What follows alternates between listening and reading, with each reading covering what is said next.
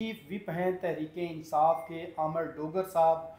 अब supreme court का फैसला आ चुका है मखसूस नशिस्तों के हवाले से, उस पर जानेंगे कि आया ये फैसले को कैसे देखती है तहरीक इंसाफ। पहले 8-5 का फैसला था, इनके हक में था, अब 7-3 का कह लें या 7-5 का फैसला आया है, इसको ये कैसे देखते हैं।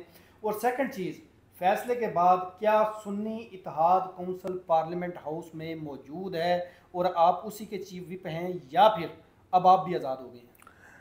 बिस्मिल्लाहिर्रहमानिर्रहीम। बहुत शुक्रिया जी। इस फैसले के बाद ये बात तय हो गई कि 26वीं तरमीम के बाद अदलिया आज़ाद अदलिया ख़त्म हो गई, अदलिया भी ताबे हो गई हुकूमत के, और अब कोई भी अदालत, वो सुप्रीम कोर्ट हो या हाई कोर्ट हो, कोई भी हुकूमत का जो हुक्म होगा कोई भी जज उससे इनहराफ नहीं कर सकता। ये तय हो गया कि अब इस मुल्क में ना आइन है, ना कानून है, ना अदालत है।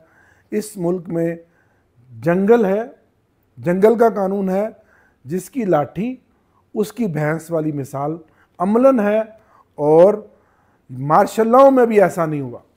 हमने बदतरीन मार्शल लॉ को देखा भी है, पढ़ा भी है। ये तो कोई मार्शल लॉ प्लस है, तो ऐसी मिसाल तो कहीं नहीं मिलती। इस वक्त लाठी या भैंस जिसकी बात कर रहे हैं वो नून लीग को कह रहे हैं आप? नहीं, नून लीग तो खुद भैंस है। लाठी जिसके हाथ में आपके सामने है।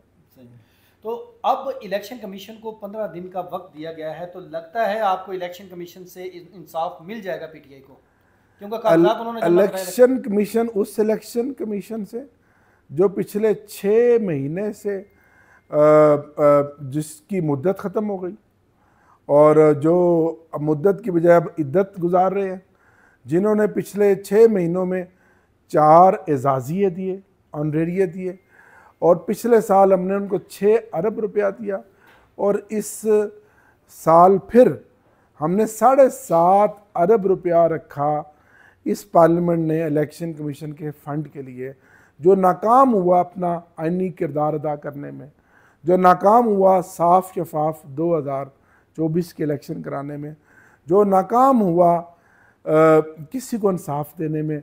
इलेक्शन कमीशन का सिर्फ़ और सिर्फ एक ही काम है कि उसने किस तरह से तहरीक इंसाफ को ख़त्म करना है।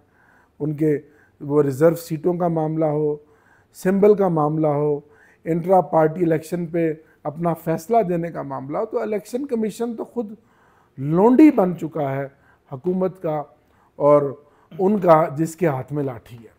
तो आमिर डोगर साहब, अब इस वक्त फैसले के बाद आप पार्लियामेंट के अंदर कौमी असम्बली में चीफ विप हैं या आज़ाद हो गए हैं? उमर अयूब अपोजिशन लीडर है या नहीं?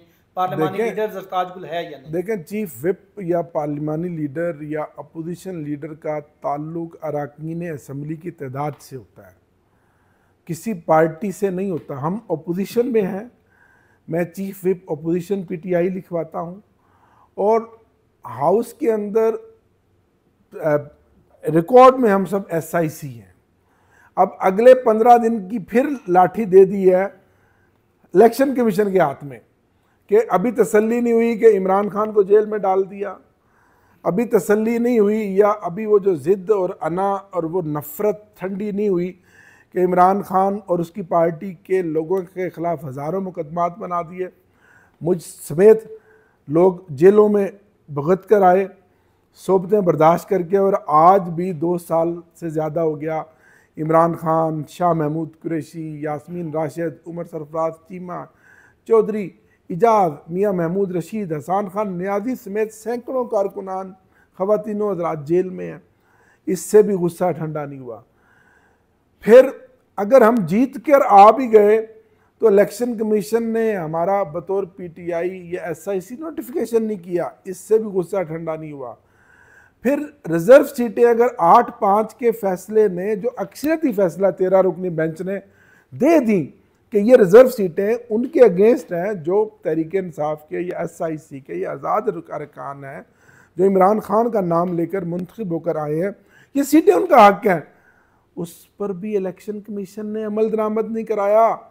दुनिया की तारीख में कभी ऐसा हुआ कि सुप्रीम कोर्ट का एक लार्जर बेंच फैसला करे और इलेक्शन कमीशन उस पर अमल ना करे?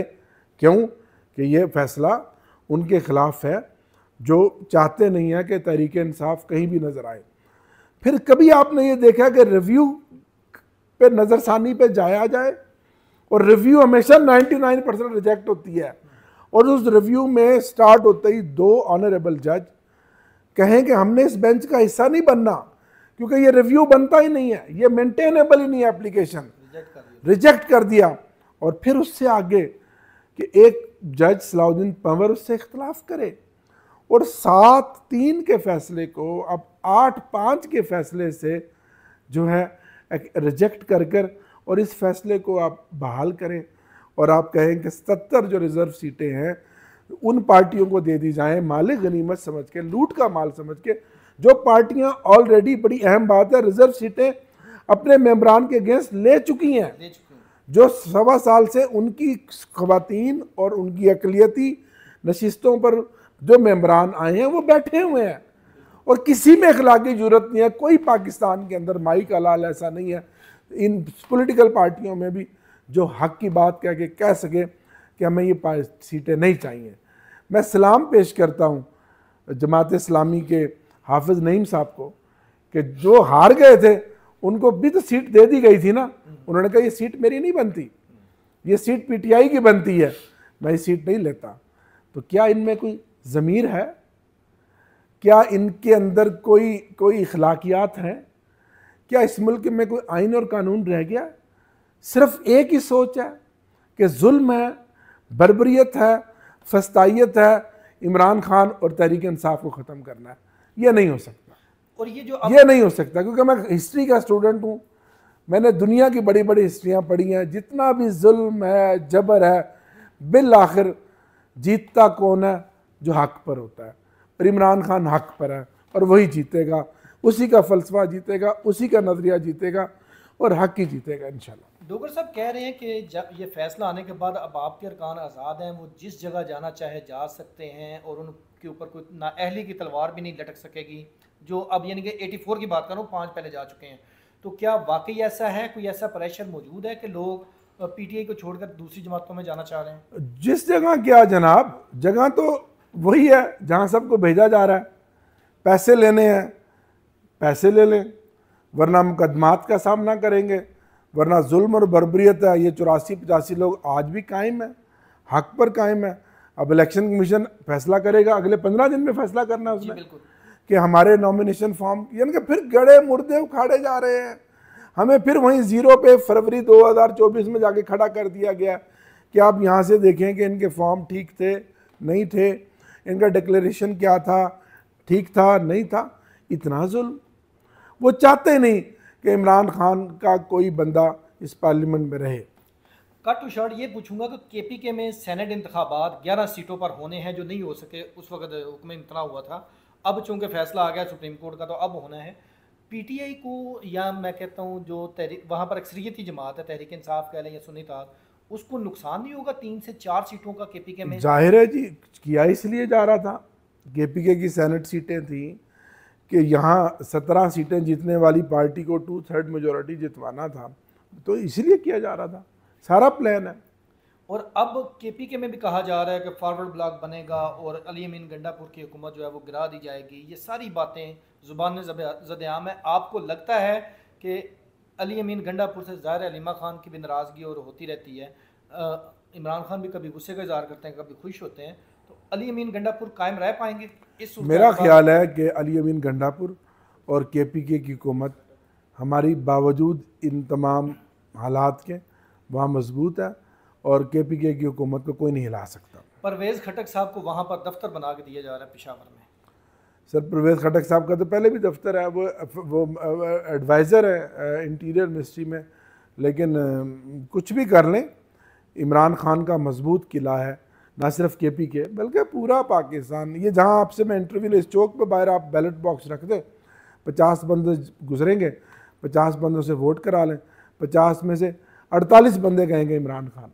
इमरान खान को जो मकबूलियत अल्लाह ताला ने जो इज़्ज़त दी है, पाकिस्तान की तारीख में किसी को नहीं मिली। आखिर में ये पूछूंगा कि जो पीटीआई है, इसके अंदर जो तकसीम कह लें, मुखालफतबाजी कह लें या ग्रुपिंग कह लें, उसने पीटीआई की काज को कितना मुतासर किया है, और ख़ास तौर पर जो तहरीक चली है। और अभी भी जुनेद अकबर साहब ने कहा जी मुझसे तो कोई पूछता नहीं है, सुबह में मेरी को बात नहीं सुनता, पार्लिमानी पार्टी क्या फ़ैसला कर रही है मुझे तो कुछ पता नहीं होता। यकीनन पार्टी में बहुत इख्तलाफात हैं, उसका नुकसान भी हुआ है, और ये भी एक पूरा प्लान है कि पार्टी को आपस में इतना तकसीम कर दो और आपस के अंदर इख्तलाफात इतने पैदा कर दो कि पार्टी और कमज़ोर हो।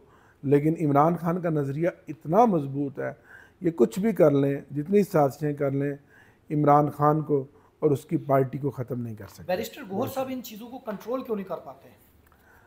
बैरिस्टर गौहर साहब कोशिश तो बहुत करते हैं, जनरल सेक्रेटरी सुलेमान अकरम राजा साहब भी बहुत करते हैं, लेकिन बहुत सारे टूल्स हैं ना, जैसे सोशल मीडिया है, ये एक ऐसा लीथल वेपन बन चुका है कि उसकी अपनी एक सोच है, उसका अपना एक नैरेटिव है।